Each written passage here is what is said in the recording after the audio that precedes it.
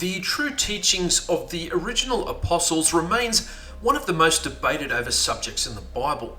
So much has come after their time that it can be nearly impossible to navigate their actual intent. The concept is a little like the scene in the 1960 film Spartacus, where a Roman general is trying to identify the ringleader of the slave rebellion in 73 BCE. Now, this scene in question didn't really happen, but it gives a good example of what it's like to try and identify the truth, and it's a concept that I call the Spartacus effect. I bring a message from your master, Marcus Licinius Crassus, commander of Italy. By command of his most merciful excellency, your lives are to be spared. Slaves you were, and slaves you remain, but the terrible penalty of crucifixion has been set aside on the single condition that you identify the body or the living person of the slave called Spartacus.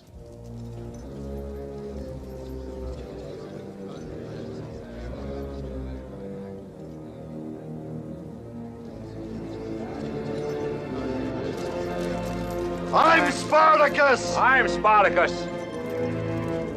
I'm Spartacus! I'm Spartacus! I'm Spartacus! I'm Spartacus! I'm Spartacus! I'm Spartacus! I'm Spartacus!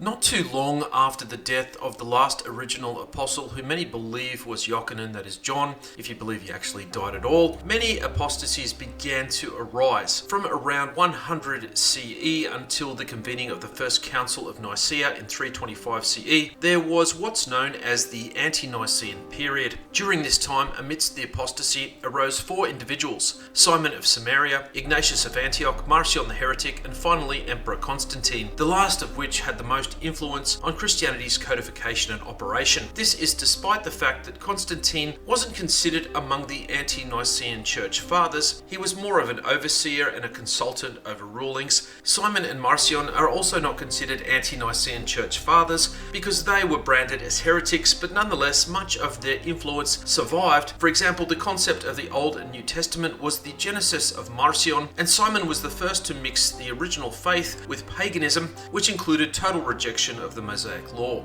Unfortunately, Christians attribute many of their teachings, philosophies, and rulings to the Apostle Paul. Many who abuse Paul's teachings have no clue who Simon Magus was outside his brief appearance in the book of Acts, and even more are completely oblivious to Marcion's input. Had they had any idea of what these men went on to do, they would realize that many of the things that they accused Paul of actually came from Simon and Marcion. Also bear in mind that there were other heretics that had significant impact on the formation of Christian theology, but these four individuals are perhaps the most prolific. From a Netzarim perspective, even those early church fathers who called out the heretics were also heretics themselves, with them all essentially following a branding of the offshoot sect of the Nazarene religion with a Greco-Roman version of the faith. For example, Eusebius calls out surviving remnants of Netzarim as being apostates in his work called the Panarion. He writes, "We shall especially consider the heretics who call themselves Nazarenes. However, they are simply complete Jews. They use not only the New Testament, but the Old Testament as well, as the Jews do. They have no different ideas, but confess everything exactly as the law proclaims it, and in the Jewish fashion, except for their belief in Messiah, if you please." Now, we should keep this in mind as we go forward. But I would like us to focus specifically in this video on the subject of Simon of Samaria. It is debated whether Simon was actually a traditionally religious Samaritan, but he did reside there as a practitioner of sorcery, and he was active in the first century around the same time as Yeshua HaNazaret. In fact, he is actually recorded in the Netzarim Ketuvim as being immersed by Pinchas, otherwise known as Philip, in Acts 8:12. Later in this account, after seeing Kepha, that is Peter, and Yochanan, John, transfer the Ruach HaKodesh onto individuals through the act of touch, he tries to buy this power with money, which receives a hefty condemnation and rebuke by Kepha, causing Simon to all but abruptly disappear from the narrative, not before asking to be prayed for that nothing bad happened to him.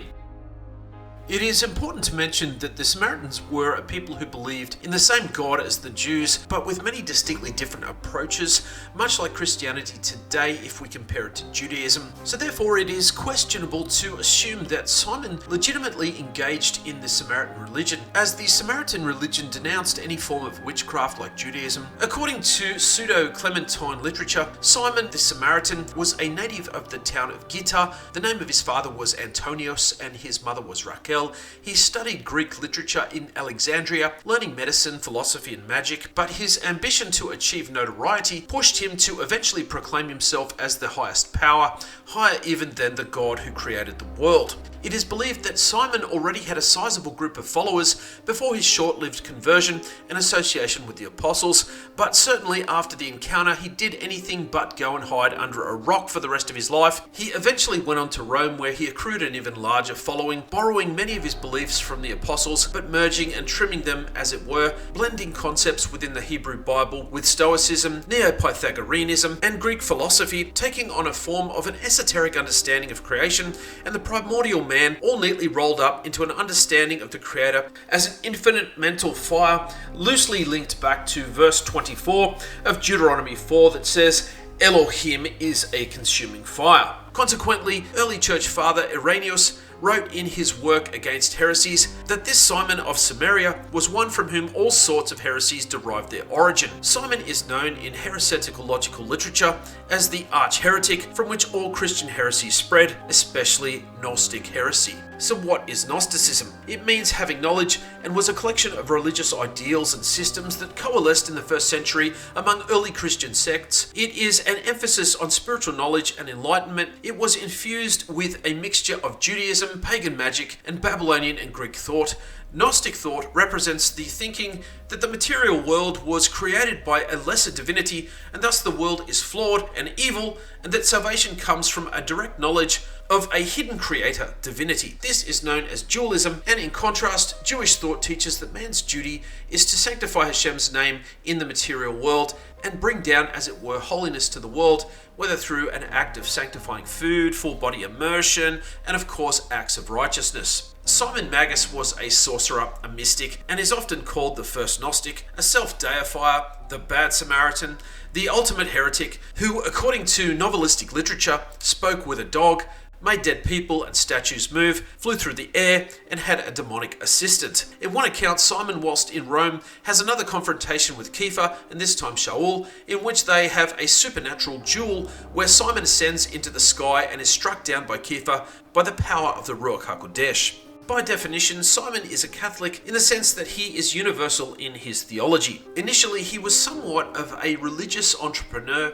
neither a religious Samaritan nor a solid Gnostic, at least at the beginning, and he was ethnically and religiously diverse, appealing to all, almost like a celebrity, using his charisma, leadership skills and knowledge of sorcery to build a following before encountering the Netzarim sect of the Jews and joining them for a short while. But he was quickly identified and routed out, going on to merge many of their teachings with his own pre-existing false beliefs. He was somewhat of a trend in the early Greco-Roman version of the faith. Despite his criticism by prominent early church fathers such as Justin Martyr, Eusebius, Irenaeus, he taught a key concept that was adopted by Christianity, such as that salvation is by faith alone. He is recorded as saying, in the recognitions of Clement, that Kepha's God requires that we obey his laws, while Simon's God only requires that we believe he exists. He also taught that human beings have no free will, a doctrine later revived by the heretic John Calvin. Simon's influence was far-reaching, and like Marcion the heretic, he has his claws still firmly embedded in Christianity to this day. So if one decides to look into the true architects of the beginning of Christianity, don't look at Paul, look at the likes of Simon Magus, Marcion, Ignatius the heretic, and Ebra Constantine, and the ante-Nicene church fathers. All roads lead back to them. Simon Magus, as opposed to Simon Kiefer, founded the seeds that would later birth the Roman Catholic Church. Simon Magus formed a quasi-Christian sect in Rome, whereas Simon Kiefer, the apostle, did not. Simon Magus mixed Christianity with paganism and the occult, and the Catholic Church still have many pagan and occult influences, rituals, and symbolisms in its makeup to this very day. Thank you for joining me for another weird Hebrew tale. Bye for now. Coming very soon, The Messiah I Didn't See. Never before has a book ever appeared on the scene that dares to show you a much grittier Messiah. An ultra-Orthodox Second Temple era Jew who astounded the Torah heavyweights of his day at the mere age of 12, who told his followers not to think that he came to bring peace to the world but a sword, warning that it is theoretically better to lose an eye or a limb than to use them for a lifetime of sin. We see him rebuking would-be followers, denying one even the privilege of burying his own father.